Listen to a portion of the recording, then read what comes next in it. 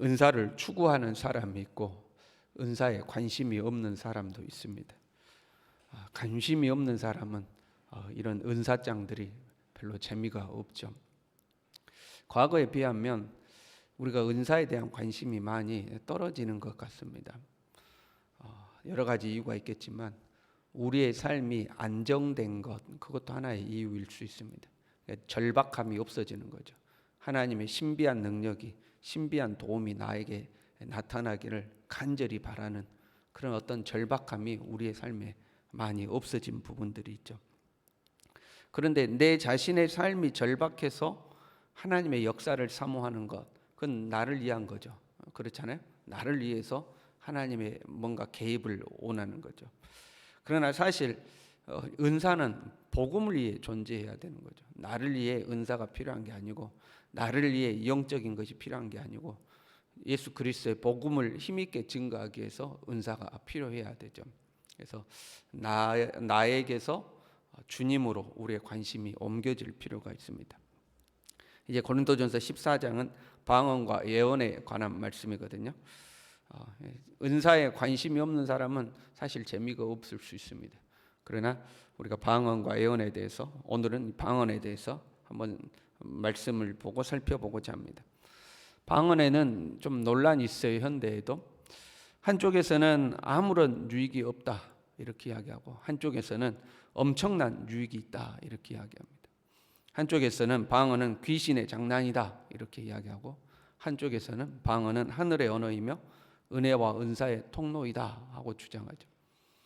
방언을 좋아하는 사람들은 방언을 엄청 귀한 하나님의 선물이다 이렇게 생각하고, 방언을 싫어하는 사람들은 아주 신랄하게 비판을 합니다. 그는 귀신들이나 하는 것이다 하고 이제 비판을 하죠.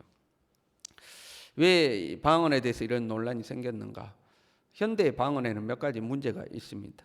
먼저 방언을 받는 방법이죠. 어떤 기도원이나 어떤 집회에서 방언을 받아야 된다고 하면서 그 방언을 하기 위해서 할렐루야 같은 말을 계속 반복을 하라고 그러죠. 방언 받는 방법 자체가 이제 문제가 있는 거죠. 할렐루야를 계속 하다 보면 혀가 꼬이고 이상한 발음이 나오게 되죠. 방언을 받게 하는 방법에서부터 이 문제 제기가 될 수밖에 없는 그런 모습들이 존재하죠. 또 다른 종교에도 방언과 비슷한 것들이 존재합니다. 우리 기독교에만 방언이 있는 게 아니고 타 종교에도 방언이 존재하죠. 근데 타 종교의 방언이 존재한다고 해서 우리가 하는 방언이 잘못됐다, 또 그런 것도 문제가 있죠. 모든 거에는 가품이 존재하는 겁니다. 진짜가 있으면 가짜가 존재하는 거죠. 또 다른 문제는 무슨 말인지 알아들을 수가 없다는 겁니다. 이게 제일 심각한 문제겠죠. 방언으로 기도를 하고 방언으로 하면 무슨 말인지 하는 사람도 듣는 사람도 알아들을 수가 없다는 거죠. 그러면 통역이 있어야 되지 않겠습니까? 근데 방언 통역을 한다는 분들이 통역이 다 다릅니다. 나는 통역의 은사를 받았습니다 하는 분을 데려다 놓고 한 사람 방언을 시키잖아요. 그러면 통역이 다 다릅니다. 통역이 다 달라요. 방언을 녹음을 했어요. 녹음을 해가지고 방언 통역을 한다는 분에게 오늘 그 방언을 들려줍니다. 그러면 이 사람이 통역을 하잖아요. 얼마 시간이 지나서 똑같이 녹음된 방언을 들려주면 또 통역을 시켜봅니다. 근데 앞에 있던 통역과 뒤에 있던 통역이 다릅니다. 통역을 받았다는 분의 통역을 신뢰할 수가 없는 문제도 존재합니다. 그리고 이 현실적인 문제는 방언으로 기도하는 것이 기도에 방해가 될 때가 있다는 겁니다. 나는 방언으로 기도해서 좋은데 다른 사람은 그 방언 기도 때문에 기도에 방해를 받는 경우들이 존재하죠. 그러다 보니까 방언에 대한 논란이 계속되는 겁니다. 방언을 해야 된다, 안 해야 된다, 교회 안에서 논란이 계속되는 거죠. 고린도 교회에서 방언의 문제는 그 방언이 하나님이 주신 것이냐 귀신이 시키는 것이냐 그러한 방언 자체에 대한 문제에 있지 않고 방언을 하는 시간과 장소의 문제였습니다. 고린도 교회는 예배 시간에 방언을 했어요. 지금의 예배 형태와 달랐던 거죠. 27절에 보면 이렇게 되어 있어요. 만일 누가 방언으로 말하거든 두 사람이나 많아야 세 사람이 차례를 따라하고 한 사람이 통역할 것이요. 예배 시간에 이렇게 하는 것을 말하는 겁니다. 예배 시간에 방언을 말하고 두 명이나 세 사람이 방언을 말하면 차례대로 말하고 그 다음에 통역하고 하는 거죠. 예언도 동일해요. 29절에 보면 예언하는 자는 둘이나 셋이나 말하고 다른 이들은 분별할 것이요. 예언도 예배 시간에 하던 걸 말하는 거예요. 예배 시간에 방언을 말하고 예배 시간에 예언을 하는 거죠. 오늘날도 이런 형태의 예배가 존재하긴 합니다. 해중교회 같은 데를 보면 그 목회자가 따로 딱 정해져 있는 게 아니고 그날 우리식으로 표현하면 성령의 감동을 받은 사람이 일어서서 설교도 하고 기도도 하고 예언도 하고 이제 이렇게 하는 거죠. 그런 형태의 예배였습니다. 그러니까 서로 일어나서 이제 방언을 말하기 시작한 거죠. 나도 방언 한마디 하고 끝나면 또 나도 니만 방언할 줄 아냐, 나도 방언할 줄 안다고 이쪽에서 일어나서 또 방언하고 또 이쪽에서 일어나서 계속 돌아가면서 방언으로 말을 하는 거죠. 그런데 무슨 말인지 아무도 모르는 겁니다. 근데 너만 방언하냐, 나도 방언한다고 이제 서로 막 우죽순으로 일어나서 방언을 막 예배 시간에 방언으로 말하기를 시작하는 거죠. 일종의 자기 자랑이 되는 겁니다.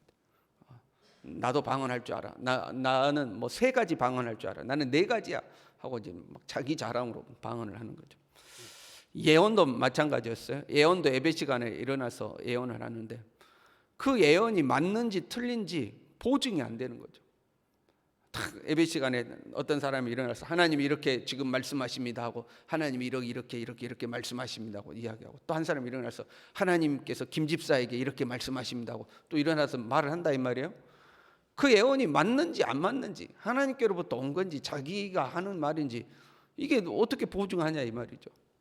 그래서 분별하는 자를 세우라고 지금 이제 예언에 대해서도 그런 말씀들이 나오는 거죠.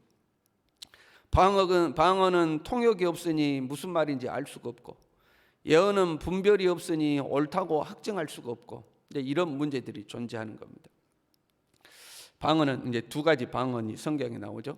알아들을 수 있는 방언, 사도행전 2장에 나오는 각 지역의 말로 이렇게 했던 방언, 딱 듣고 알아듣는 방언이 있고 고린도 교회에 나타나는 알아듣지 못한 방언이 있죠.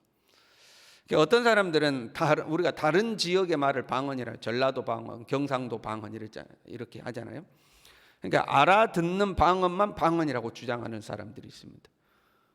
전라도 방언, 경상도 방언 다 알아듣는 거 아니냐.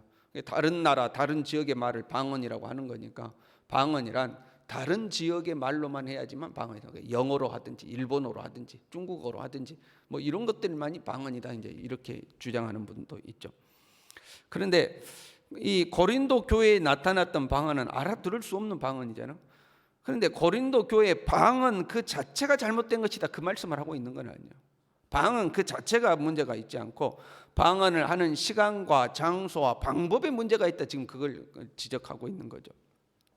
그리고 그 방언의 문제 중에 또 하나는 통역이 없는 상황을 말하고 있는 거죠.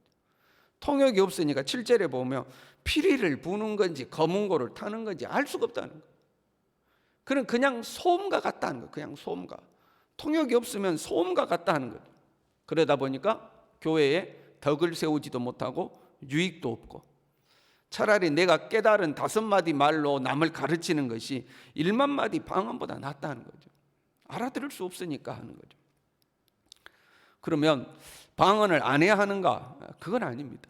5절에 이렇게 되어 있어요. 나는 너희가 다 방언 말하기를 원한다. 39절에는요. 방언 말하기를 금하지 말라 이렇게 되어 있습니다. 그냥 말씀대로 방언을 지금 금하지 말라 이렇게 되어 있죠. 너희는 방언을 하기를 원한다. 나는 너희보다 더 많이 방언하는 것에 대해서 감사하다. 그러니까 방언은 말씀대로 그냥 하면 됩니다. 방언에는 유익함이 있습니다. 첫 번째 유익함은 오래 기도할 수 있습니다. 그렇잖아요. 방언은 오래 기도할 수 있습니다. 또 하나의 유익함은 내가 뭐라고 기도해야 할지 모를 때 지금 어떤 마음이 다급한 마음으로 뭔가 기도를 해야겠는데 뭐라고 기도해야 할지 모를 때 방언으로 기도하면 기도를 할 수가 있습니다. 방언이 주는 기도의 유익함이 분명히 존재합니다. 그러나 방언을 너무 신성하게 생각하는 것을 경계해야 됩니다.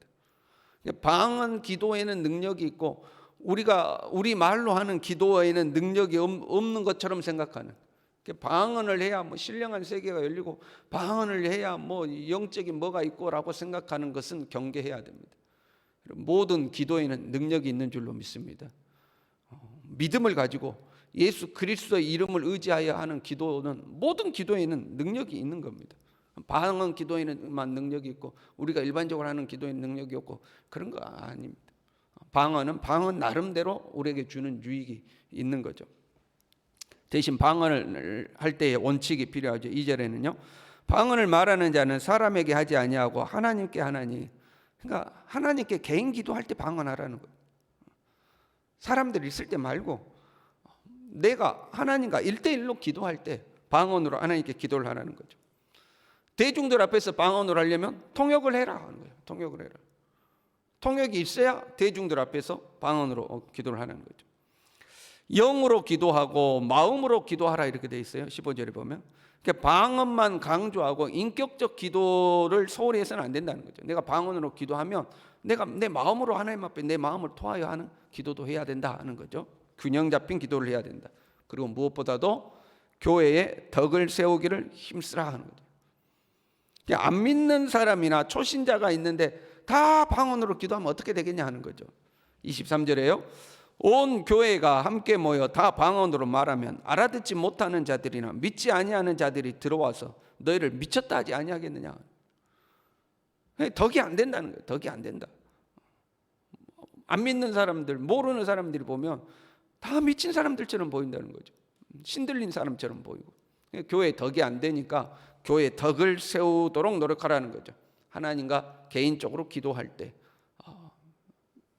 내 개인적으로 하나님과의 관계를 맺고 기도할 때 그때 방언을 사용하고, 남들이 보는 데서 방언할 때는 통역이 필요하고, 무엇보다도 교회의 덕을 세우라 하는 거죠. 이게 중요한 거죠. 중요한 것은 교회의 덕을 세우는 거예요. 26절에 보면 너희가 모일 때 찬송시도 있고 말씀도 있고 계시도 있고 방언도 있고 통역함도 있나니, 사실은 그 고린도교 예배 시간대를 말하거든요. 찬송시도 있고 말씀도 있고, 지금 예배 순서 중에 찬송도 하고 말씀도 듣고 그다음에 계시도 있고 방언도 있고 통역함도 있고 이렇게 되어 있습니다. 그런데 모든 것을 덕을 세우기 위하여 하라는, 모든 것을 덕을 세우기 위하여 하라.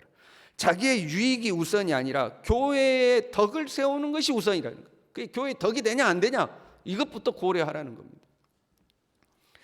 1절에 이렇게 시작했었어요. 사랑을 추구하며 신령한 것들을 사모하라. 우리는 사랑을 추구해야 되죠. 모든 일을 사랑의 방법을 따라해야 됩니다. 또한 신령한 것들을 사모하라고 그랬어요. 그러니까 우리는 신령한 은사도 사모해야 됩니다. 그러나 그것이 무엇을 위한 것이어야 돼요? 교회에 덕을 세우기 위해서다 하는 거죠. 그러면 우리가 한 가지만 생각해 보자고요. 신령한 은사가 있을 수도 있고 없을 수도 있죠. 병 고치는 은사가 있을 수도 있고 없을 수도, 방언을 할 수도 있고 못할 수도 있고, 예언을 할 수도 있고 못할 수도 있어요. 그러나 나의 모든 것을 통해서 교회에 덕을 세울 수는 있죠. 내가 뭐 신비한 능력이 있든지 없든지 간에 교회에 덕을 세우는 사람은 되어야 되지 않겠습니까? 우리의 모든 경건의 삶을 통하여서 주님의 몸된 교회에 덕을 세우는 우리 모두가 될 수 있기를 바랍니다. 기도하겠습니다.